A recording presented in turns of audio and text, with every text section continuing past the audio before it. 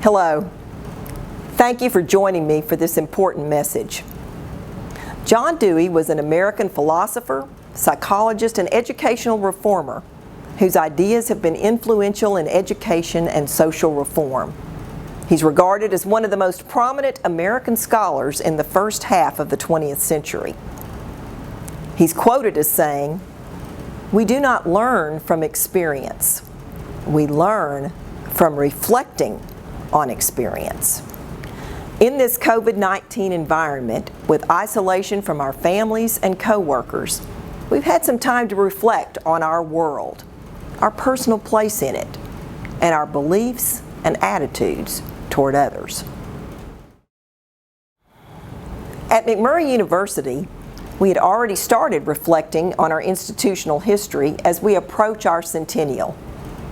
We've had the opportunity to look back on these 97 years and marvel at how our university has endured economic hardship in West Texas, inflation, war, and adverse conditions of various sorts.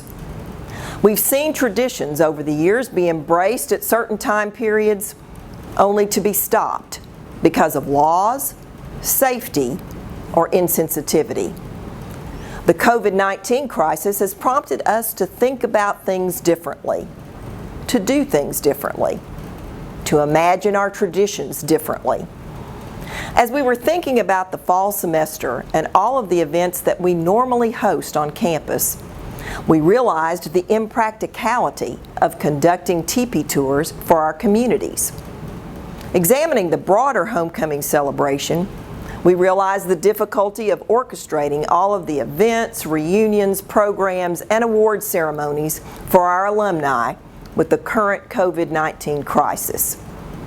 Recently, we announced that Homecoming 2020 will be a virtual celebration, and reunions will take place in the virtual format that we are all becoming so familiar with. With homecoming looking so differently, this prompted us to also re-examine the 68-year-old tradition of Teepee Village, which was designed to celebrate tradition and build camaraderie.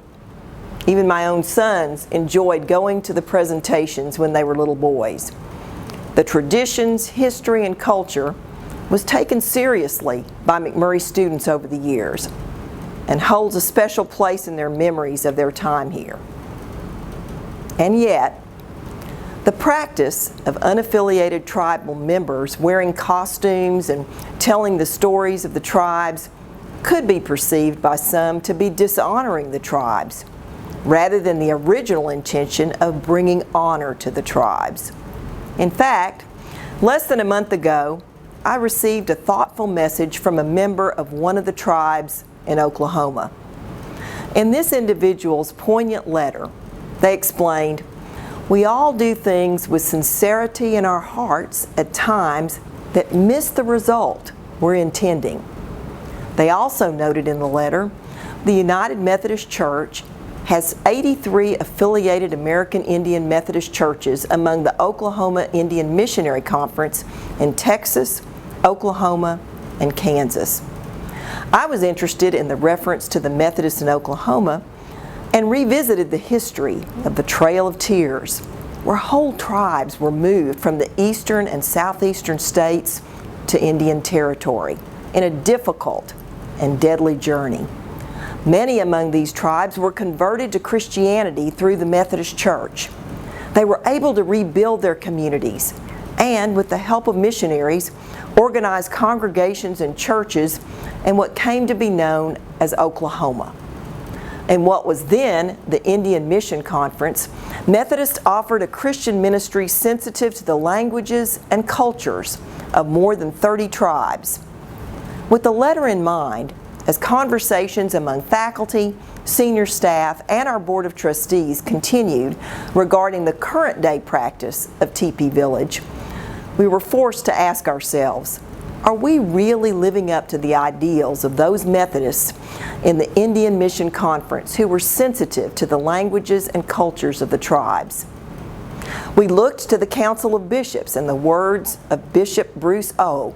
of the Dakotas, Minnesota Annual Conference, who stated, we should examine our own attitudes and actions.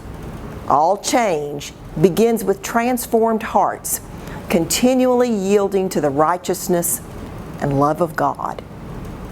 At its recent meeting, the McMurry University Board of Trustees came to the conclusion, because McMurry University is dedicated to the respect of all individuals through hospitality and gracious interactions in order to better prepare women and men of all backgrounds to engage others in working toward the common good.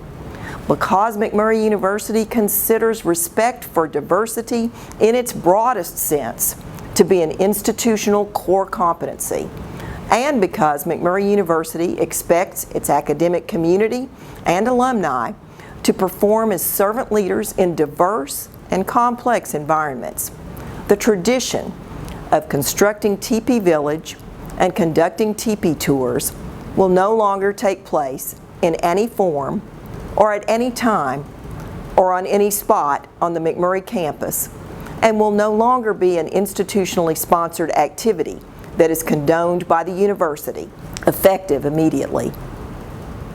I know this decision will be disappointing for many alumni, students, and community members who have fond memories of Tipi Village.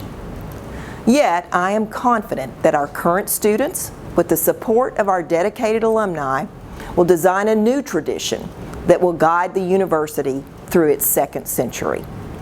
Remember that for our first 28 years, we did not have Tipi Village. Let's unite to create a thriving future for McMurry. As we continue battling the effects of the pandemic, the oil bust, the economic downturn, and civil unrest, we must band together. Dr. Amit Ray says, in every crisis, doubt, or confusion, take the higher path, the path of compassion, courage, understanding, and love. We believe that this decision is the higher path for McMurry and its future.